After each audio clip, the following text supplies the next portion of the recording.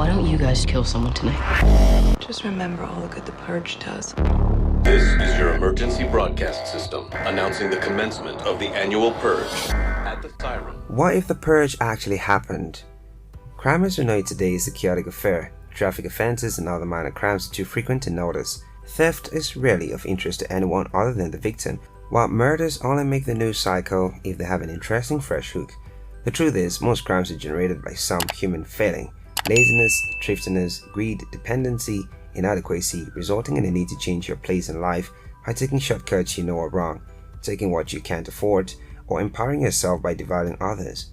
But what if it wasn't this way? What if society could overcome this ingrained pettiness, at least most of the time? What if the Purge actually happened? What is the Purge?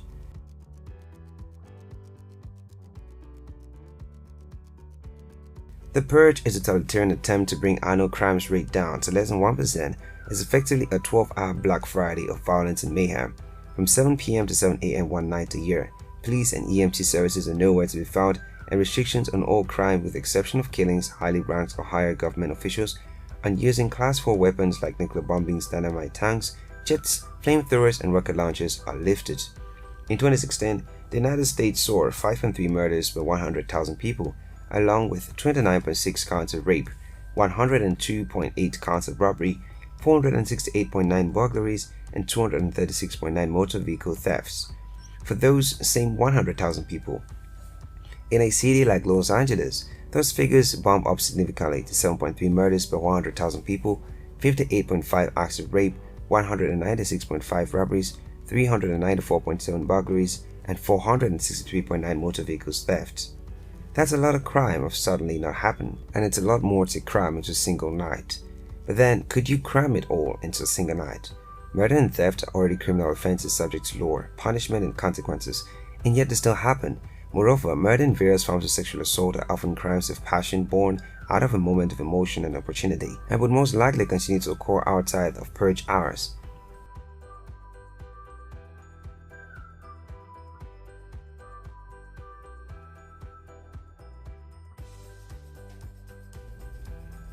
What happens during the purge? With the statute regarding these crimes lifted, you'd now have regular background levels of murder and sexual assault throughout the year, plus a purge day boost. With the worst offenses already defeating the purpose of the purge, how would the rest of the criminal theater play out?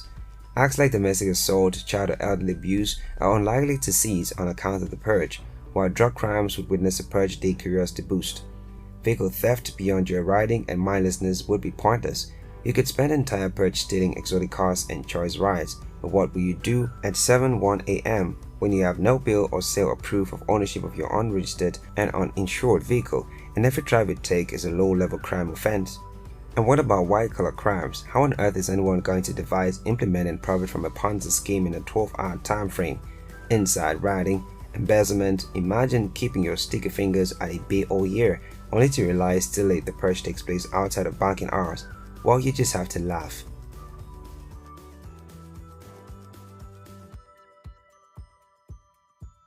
How will the purge affect us? What possible effect will this 12-hour state of lawlessness have on crimes like espionage and treason? If people were organized and fast-moving enough, could the United States be repatriated to Britain, sold to Mexico and next by Canada? Meanwhile, immigration would be a baffling quagmire. Outside of these borders, Americans' laws and non-laws wouldn't affect you. By crossing onto American soil they would. With all law and thus unassumingly, the Immigration and Nationality Act of 1952 lifted, the notion of citizenship would be absent, meaning if you did cross the border, itself a legal construct, there'd be no law to say that you're not a citizen. But what about the next day? Are you not just an undocumented American? 82% of federal prisons are state-owned and operated through the Department of Justice and are overseen by the Federal Bureau of Prisons, which by statute is a federal law enforcement agency. So if cops have the right off, what about prison guards? Would we see mass jailbreaks across the country? Probably.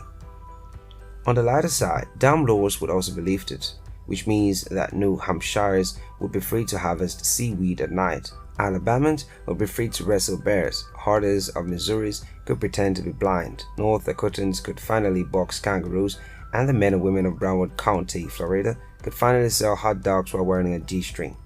But outside of legalizing flesh for the most amoral of fantasy, what else would the Purge do? Well, it would certainly free things up for the casually criminal. For a brief window, these people would be free to pirate softwares, films and TV shows en masse. You could park where you want or drive as fast as you like as a drunkly, and you can manage or get naked in the library.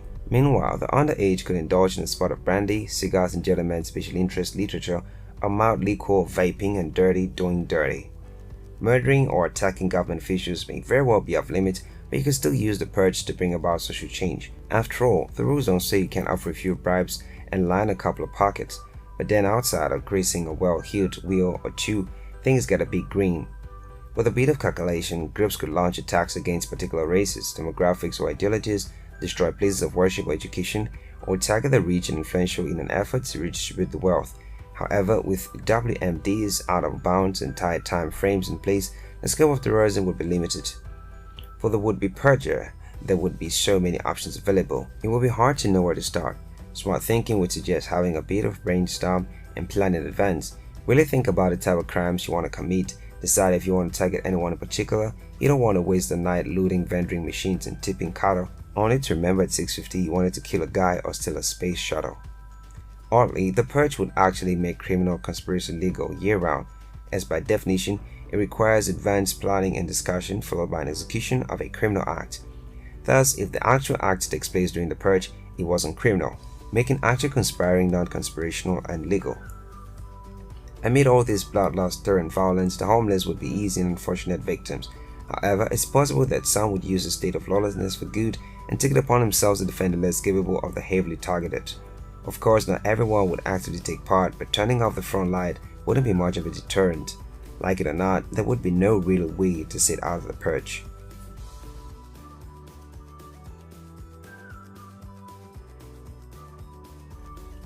After the Purge, what next? It's a certainty that some would spend the night vlogging their progress, and sadly, they might just be under something. Given that the usual law and penalties are back in place in the morning, you'd need to thoroughly document your night's adventures, lest you later be accused of committing your unspeakable deeds outside the Purge hours.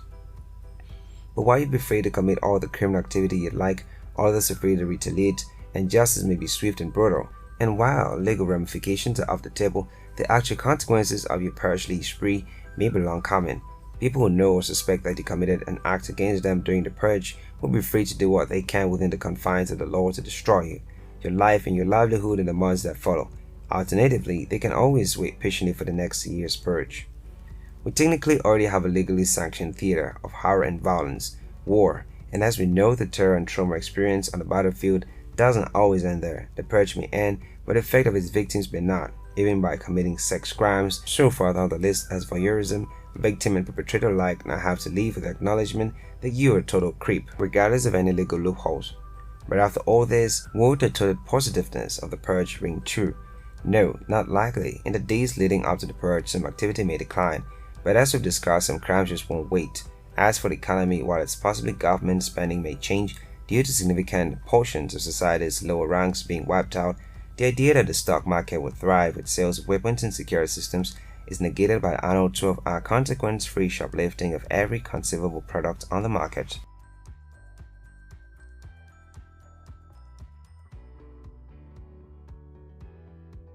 Thank you for watching, and please do not forget to subscribe to our channel and hit the notification bell for more videos on crime stories, notorious outlaws, and historical scandals.